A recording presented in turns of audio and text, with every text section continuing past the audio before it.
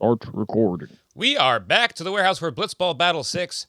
I believe in Joez McFly. Let's talk Blitzball.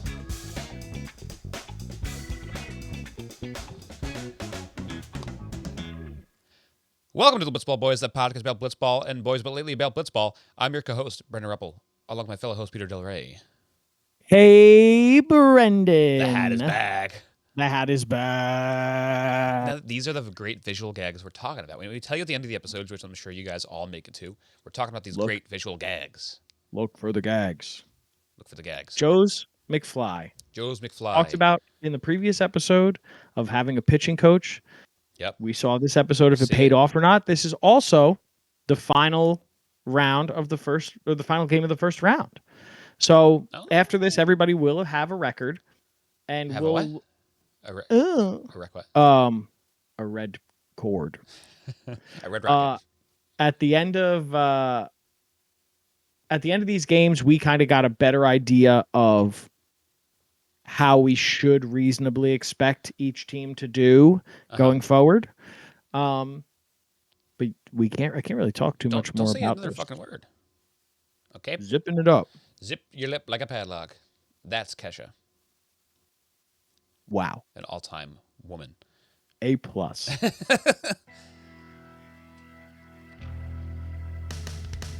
It's Del Caribe versus Woogas, and Joez McFly is that guy. Stand up, Joez. Take a bow. Joez McFly spells Jimmy's last name starting with a backwards K. Lou is fired up now and mows through the rest of the Woogas. Dan Rourke is here to prove he's an elite pitcher in the warehouse. He does so by walking through guys and hitting Joez in the head with a pitch. Woogas down by 2, need to get to Lou, and they load the bases before getting an out. But just a dab will do ya as Lou induces a tapper, a strikeout, and a pop-up to secure Del Caribe's first ever Blitzball win. They win 2-0. First ever win. First ever win. So Joez started the game, which is the strategy that you and I have talked about in the past as like, hey, maybe do this. In the past, when you have a... They didn't have to just get one out. So now I'm glad that they figured this out with the new rule. Right. I wonder if everybody else... I wonder if teams like We Got Ice and Whack are going to, like, even Jolly Olives are going to adopt this going forward. Yeah. I think especially the one-out teams, the three of them have to. They must. Yeah, and if it doesn't work, they could always bail out and try it again the next inning too. Like I think it's just smart to do it when you have a clean inning. Right, when you have nobody on base. Yeah, so you get 2 chances. So Joez immediately throws a pitch, to which I said, like first pitch, I was like, Joe's got breaking stuff now. Like, and he's always had like really shitty breaking stuff that was just like a big. But like loop. That competitive breaking stuff, and then he saw Jimmy like kind of fighting off some pitches, and my next thought was like, is Joe's legitimate now? Legitimate, not meaning like legitimately great, but legitimately good enough to not be considered like an automatic base. Yeah, like maybe even more impressive for me was him dotting the pipe with that fastball at the bottom there. Like, wow, shit. We don't know how intentional it was. Sure, but it happened. But like, it was crazy. And then this new breaking ball that Joez is throwing. Did they ever call it anything? I don't know. I wonder it moves similarly to Jimmy's teacup curve that he has, and I adopted in my games. I feel like did it? I don't know. I watched it. I haven't watched it recently enough, but I thought it was more horizontal movement than I think it goes pretty curveball-y in my memory. I'll take a look. But yeah, it works. He strikes him out, throws him. Yeah. Throws Jimmy Norp. We said it, shit. I think last game too, but when you're in this position like Jimmy Norp is, the pressure's really on you. You don't want to be the asshole that strikes out to the guy that has recorded only 5 outs ever and allowed 41 runs or 43 runs in Blitzball.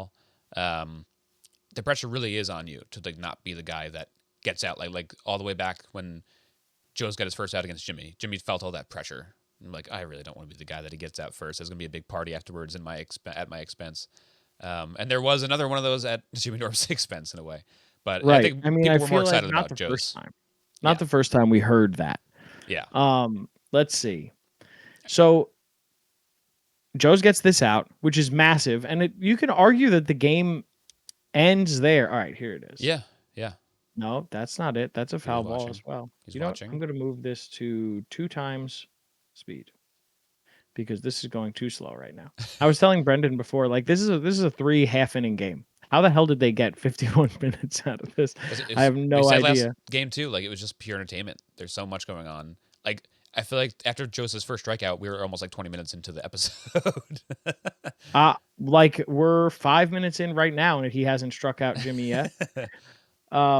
I'm not complaining. No, it's great. It's great. I was just like, I was kind of shocked. More great Dusty in this episode, of course. Dusty's great. Look at that. Is a curve. Yeah. That is more curvy than I remember. No, I'm just saying. It was a couple days ago. I was remembering. Peter said that to me. I was remembering it a lot. Stop that. I was remembering. It'd be a lot more flat, like more of a. Maybe you're expecting Joseph's pitches to be flat. Slider. You know. I don't know if he's got a slider in him. Like I think that takes a lot of like speed and wrist, where you can kind of get away with a.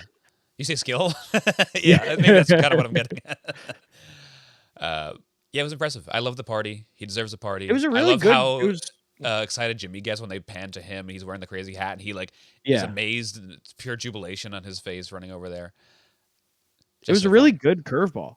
I mean, I feel like good. It's hard to hit. Like to talk about me for a second. I feel like when I throw a curveball, like my big issue that I've been trying to work on for a while now is the curveball I throw is very loopy.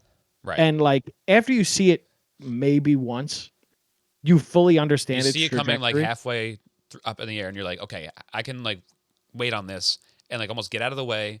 Even if it's going to land inside, you can just like prepare for it for like 5 minutes. Tons and tons of movement. Like I get an unbelievable amount of movement, but like you said, it would go off the screen and come back. The ball is 2 feet above my head, halfway to me. I know this is going to be middle. Yeah, you know. So it gets read really easily, and Joez is like broke late. Broke like it wasn't a loop; it was like a nice curve. If Joez can reliably throw this, and we didn't just see him get lucky a couple times because we did have a small sample size of 8 pitches. Yeah. Then Del Caribe could be legitimate if Joez only needs to get 1 out because Lou's good, man. Lou's good. They said it on the broadcast. He had his best pitching year ever last year. Maybe his worst hitting year. I don't know if that's probably fact, right? But he looked great last year. He's looked great for a while now since he kind of figured out his arsenal. Maybe all the way back in Blitz, he became like a guy on the mound, and he's just dominant out there. So like that, I think you were getting at it before a little bit. But once Joez gets this out, the game sort of is over because the momentum is completely with Del Caribe now. They know that one of the best pitchers in the warehouse now is allowed to get the next 5 outs, and they don't have anything not even that. So like the thing you'd be worried about here is Jimmy Norp is arguably the best batter in the warehouse now. Arguably. Yeah. Dan can be very good, but it all depends on how he starts, and he strikes out here after a full count. And then Jimmy gets like awful luck with he went to check swing, the ball hits like perfectly off the knob of the bat, and a nice little tippy tapper to Lou, who picks it up, and luck was really on Del Caribe's side this game. Yeah. So you're starting off 1-2-3 first inning against, we talked about it last episode, I believe, one of the better teams in the warehouse, like one that I think we would consider title contenders, if not championship game contenders every season. He almost didn't even give him a chance to hit. Right. Well, not even almost. You just didn't. Just didn't. Yeah. Second inning comes. This is where it was going to be make or break for Woogas, I think. Yeah. And they started same strategy with Dan on the mound. Walk. In between those, he gets Joez to tap the ball straight to him to get fielded cleanly for an out. Yeah. Then he strikes out Lou. And you start to think hey, bases are loaded, but they could get out of this, especially with Joez up. And this is where you talked about in your burn. Yeah, and I joked about it in the burn, but I really am rooting for Dan Rourke on the mound. Me too. In all situations, I want him to succeed because I know they've been saying it all tournament long. They believe in this guy, and he's working so hard Like he's been working hard mentally for seasons now. He's been working on his mechanics. He's just really trying so desperately to be consistent up there, and it's just his biggest problem is consistency always. Well, I mean, like, it's also from a viewership perspective. This is always better when all the teams are very good. Yeah. Yeah, we don't want to watch people walk 4 times in a row. It's like, as a Yankee fan, baseball is best when the Yankees and the Red Sox are good, but the Yankees are better. Right. You know what I mean? Like, you don't like the seasons when the Red Sox stink and the Yankees are really good. You don't like the seasons where the Yankees are bad and the Red Sox are really good. Or when the Red Sox are likable. Like, they've been too likable for too long now. I need someone to hate. They've been too likable. I need someone to hate. I don't understand. I really do. But, like, Dan then hits Joez in the head with a pitch that was 66 miles an hour, which scores the first run. You could see Dan felt awful about it. He felt terrible. Yeah. Because Dan throws hard. I think that pitch it wasn't like his hardest pitch, but it was still like above 60. Hit him in the head. It hurts. I mean, on the replay, you saw it hit his cap. Okay. Like the bill of his cap, which is fine. I mean, it still sucks. Like, at the end of the day, they're all friends. You never want to hit your friend with the ball, whether it be in the head or in the body or anything. But that takes Dan out of the game. Jimmy comes in, walks in another run because he's cold and the bases are loaded. We talked about this last game with Drew. You don't want to put your guy in this position where when it's their first time playing in a while that they have to do this. It's almost assumed you're going to walk. You should walk somebody because it's really hard to come in cold and throw strikes right away. I think Keith talked to Jimmy about it and we're like, hey, why aren't you pitching earlier on before the run was scored? Yeah. It's like, hey, why aren't you pitching? Jimmy's like, hey, we're going to let Dan like ride this out, even though he got his one out. Like, we're going to let him like get his reps. So it kind of feels like we've regressed a little bit back into like the teams like spring saying, mode. First game is spring training. Second game might be and like you also want Dan to build his confidence right now. I think he was just going to see if he could maybe get through this inning clean. And he would feel pretty good about that and build upon that. Yeah. He ends up striking Joez out to end the inning. And then keep it 2-0, which we all know is not a safe lead at all. No. But they're putting a lot of pressure on themselves to score at least 0 runs with Lou pitching the whole final inning. Yeah. But if he was able to get all 3 outs and get out of there unscathed and have it be 0-0 going into the second, they feel a lot better. I don't know if the outcome would have been different because they still get stopped again here. Now, they had a chance. They had a good chance, a very good chance. They did have a chance because almost immediately, Lou pitches the ball too fast, pops it up to Joez, who hits Lou in the back of the head. You start getting this dissension between the teammate. They start fighting. Like, momentum could fully switch there. Dan gets a hit. It is really funny, though, to go back quickly. I don't want to miss the bickering too much because people were like, on social media and stuff, they're talking like, oh, Pennick and Dalton like bicker like an old couple. That's like, not to say performative, but like they're joking around and like just doing a bit almost. Where when Joez and Lou bicker, they're like old friends bickering, like they're mad at each other. I think like that's an actual. When they were bickering in English, there was a little blurb that Joez said in Spanish, and I didn't know what it was, but I wonder if it was like some nasty shit that I didn't understand. Reach out to us, our Spanish-speaking audience. Let us know what Joez said in Spanish to Lou. I like watching their, like, that they're like best of friends, so it's like fine, but it's like it's interesting. They're dynamic. They get over that though. They get over it. But this is where Woogas could have capitalized big time. And like, Dan gets a hit off of this. The morale's even lower for Del Caribe. 5-pitch walk. Morale's even lower for Del Caribe. Dan gets another hit. Yep, they're still and you got to think like, that's it. It must be over. Joez is questioning pitch calls from the field.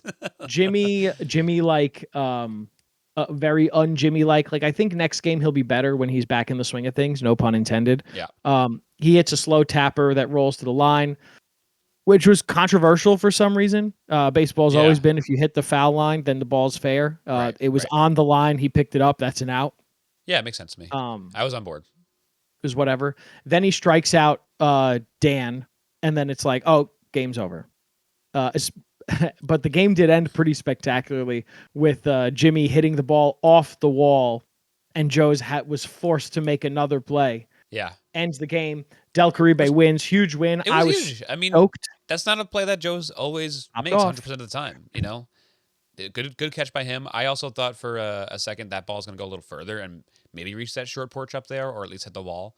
I guess it wasn't hit hard enough, but props to Joe's for having soft hands there. Very exciting. Soft Joe's hands. So soft, bro. He's a soft guy. When you look at Joe's, you think he's like solid. He's hard. He's a soft guy. He's a soft guy, bro. Soft guy, dude. A real soft guy. He's also very tall. He's very tall. He's at least 7 feet tall. He's taller than Congratulations to Del Caribe for winning their first ever game. Congrats, Hags. Hags, everybody. Have a hack and great swing. Have a hack and good swing. Have a hack, a good swing. Joe's and Lou. Still no hits. I talked about this. We were talking about this the other day. I think it was yesterday, where I was like, hey, Brendan, tomorrow's going to be a tough one to talk about because like there were 2 hits in the whole game and it was not from the winning team. Yeah.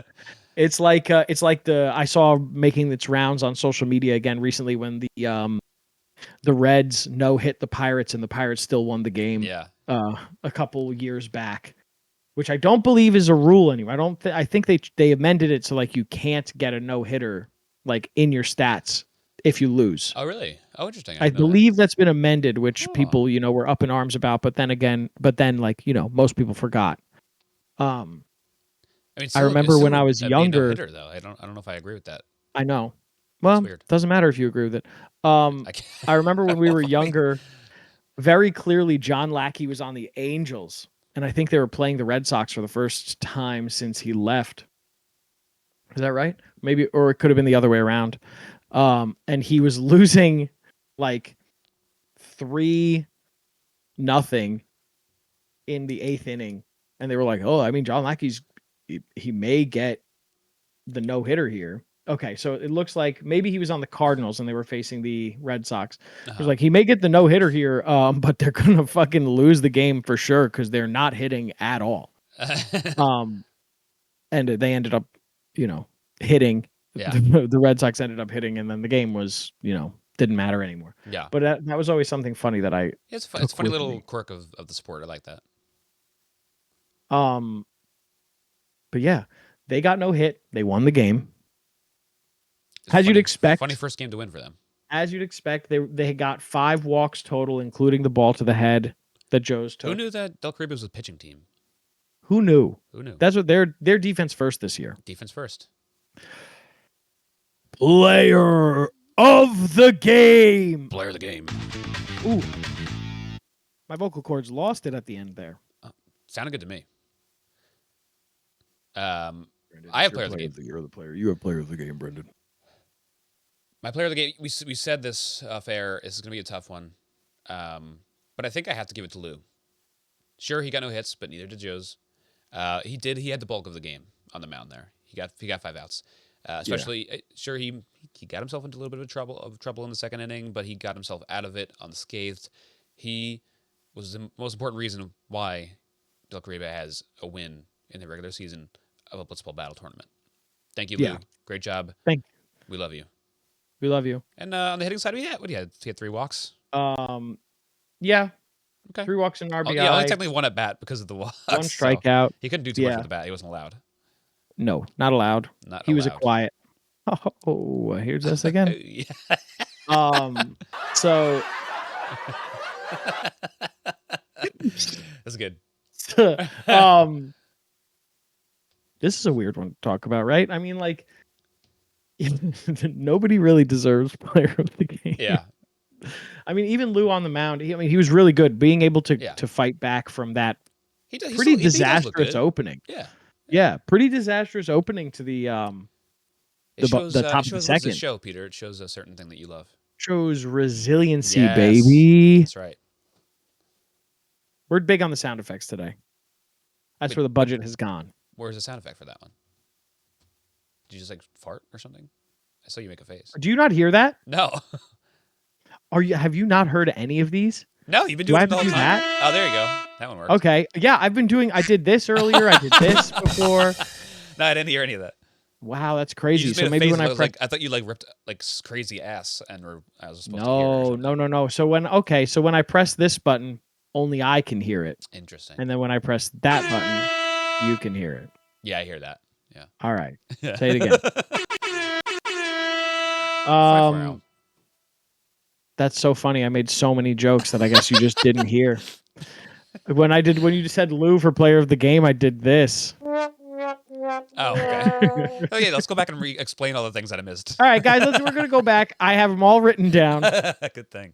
Yeah, I mean, Lou has to get it. Nobody else deserved it. Lou recorded 5 outs. Good job, Lou. Give it to Dusty. Proud of you. Make us give it to you for real next time. Hit a couple doubles. Hit a homer too. He doesn't really hit homers though. Hit a couple doubles. Your doubles machine. Double boy. Dubs. Double bubble. Couple dubs. Double bubble. Double butt. Play of the game. Play of the game.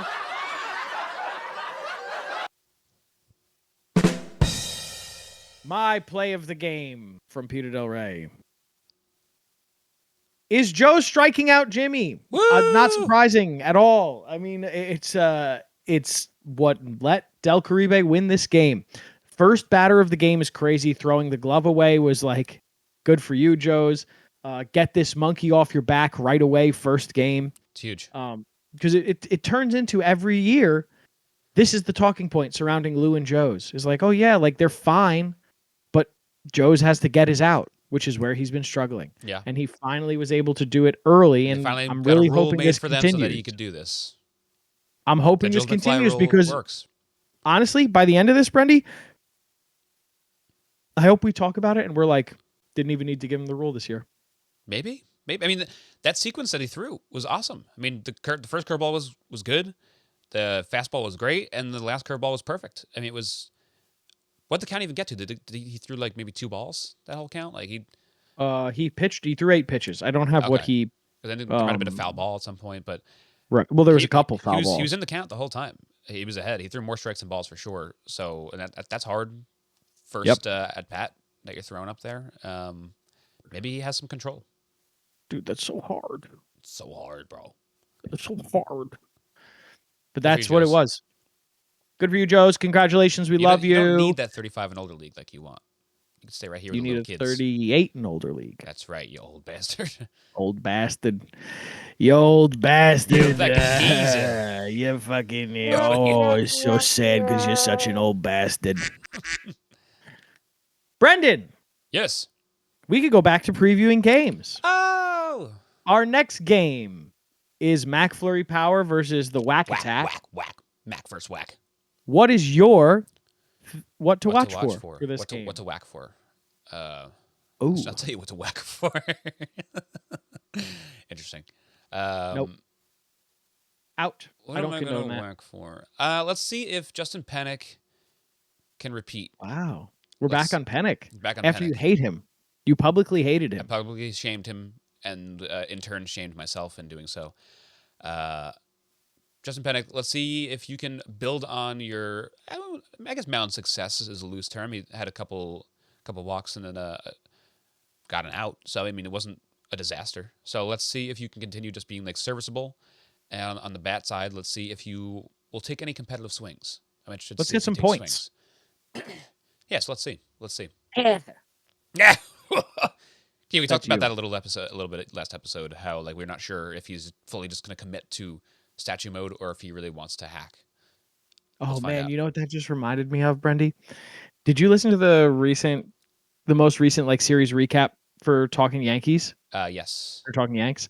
Did you hear the gold member award? Yeah, I was so happy. I was so excited. Oh my God. I believe Jake didn't get it. I was so pumped. Oh my God. I heard it and I was like, I heard it in the car. I was going to text you and I forgot. But I was like, oh my God, I got it right away when Jimmy said it. Yeah, that's why I did a gold member reference in the burn today. I don't know if you heard that, Jimmy? Recognize that one. No, I zone out when you burned. It was stand up, Joes, take a bow. Oh, I did hear that. But I got you're the only person that knows all the like. I don't think that's not like a normal quote to quote, but I knew you would know. You would know of all people. Stand up, Dad. Take a bow. It's great. It's great. They pan to the empty seat. Oh my God, Goldmember's so the funny. janitor laughing in the background. It's great. Goldmember is so funny. Funniest movie of all time. Funniest movie of all time. I have McFlurry Power to preview. And it's an interesting one. We haven't seen them a ton. I want to see if they could keep it going. I mean, they pitched fine. Colin didn't give up a walk. 3 hits total, 1 walk from K-Mac. Colin got 3 strikeouts. K-Mac got 2. They mashed a little bit. What else? I mean, what else can you say to watch for in this game? See if they except for, I get that's what I'm saying. Just like keep it going. Like if they can continue this, and it wasn't just like a blip game against, and the blip being like Jimmy and Jake being not great. Yikes. I think this is a good team to do it against. I mean, it's not like they're going up against Forgotten Rotten or We Got Ice. This is a team where, like, rude, but they're still trying to figure out their roles. Yeah, is this like rigged this year that McFlurry Power's got the easiest schedule in the warehouse? I don't know, send Colin out on a high. Yeah, maybe. I mean, that's all you got to watch for. I mean, you got the interesting what to watch for. You got the interesting what to watch for sure. Because the what to watch for really is if Whack can continue, because they kind of won. Their win was a bit fugazi, right? Sure. But this would be a legitimate, even if they lose this game, I think just putting up a decent fight would be good. See if they're for real or not. But since I'm on McFlurry's side, give me 10-0. If you don't give me 10-0, I will consider this a loss for you. 10-0 okay? I need 10-0. Because they're former champions. They have this high pedigree. I don't need 10-0. I would need just a sign of life. You're not doing this one. Because they've been really bad with the bats in the past. You did the whack. I'm just saying. You did the whack. I did the whack. K-Mac, I want to get K-Mac to have... K-Mac, realistically, I want K-Mac to have at least 4 RBI. They put up 5 runs in their 5-0 win first time, but then We Got Ice did a 9-0 win. Show them who's fucking boss. Show them who's boss. Show them who's alpha. Get out on top. McFlurry Power. Let's fucking do this thing. Let's fucking do this. If you want to fucking do this thing, what should you be drinking, Brendan? That's right. If you want to fucking do this thing, you can drink Subtle Tea. It's a drink made by me. You can find it at thesubtletea.com. Use code HobbyBoys for $2 off your order of a 12-pack. Hobby Boys is my other podcast about beer. You can find that show wherever you find your podcasts or on youtube.com. Search Hobby Boys. You can also search for the Blitzball Boys if you're only listening to this on podcast platforms. Search Blitzball Boys and get all this amazing recap content in video form, along with some Blitzball games that I post. Right. Fun. Brady plays against our friend Chris. They're very good. They're very handsome. Getting better. I started throwing strikes in this Brendan game. stinks. Chris is great. I'm on a hot streak. Brendan stinks. Spoilers. Chris is great. Brendan cheats though, so it doesn't really. He changes the rules mid-game. I mean, the rules actually are different for me. Yeah. After this game, Chris got mad about it. Not mad, but he's like, "Okay, I think it's officially time that you go down to 5 balls too." Oh, so you've been a big-time cheater boy. Yeah. None of these count then, Brendan. I've had to fully reinvent my arm slot so that it doesn't hurt when I throw the ball. I'm a new man. I'm like Sean Mania of Fireman's Park in Lindenhurst. Have you done Have you tried getting good? I knew you were gonna say that. I knew it. That's what I'm trying to do so desperately, and it finally doesn't hurt because I found the arm slot that doesn't hurt my arm. Don't try to do it. Just do it, Brendan. I'm doing it. I'm doing the best I can. Yeah, right. Yeah, right. Yeah, right. I have nothing to plug, as usual. Wow. Said with conviction. I'm a boring boy. Please comment on our videos. We like to talk to you guys. Thank you very much for listening. We really subscribe. Appreciate it. Subscribe. We really appreciate you guys watching. We appreciate you guys listening. Let me say guys, because we know it only is guys. We'd be amazed if there was a female that watched and this girls. Or listened to this. No, guys, come on. Guys is gender neutral. Use guys. Use guys. Thank you very much. We really, really appreciate it. Leave us comments. Brendan will respond to every single one. Write to us on the Twitter. Yeah, I bully you. I'm ready to bully any one of you. If you want to ask anybody a question, whether it be us or anybody from the warehouse. We are in decent communication with them, so we could get your question answered. Yeah, I got answers. Please leave it below on what we talked about with Drew yesterday, but I'll save that for the next Jelly Olives episode. Whoa. Yeah. It's pretty cool. You're going to forget about it for sure. No. What if the next Jolly Olives episode is like 4 episodes away? You're going to forget about it. Remind me. I'm going to forget about it. I'll remind you to remind me. My memory's even worse. I'll be fine. All right, Brendan. I'll prove it to you. Ask me the question. Yeah, anything else you want to talk about? Nope. Bye.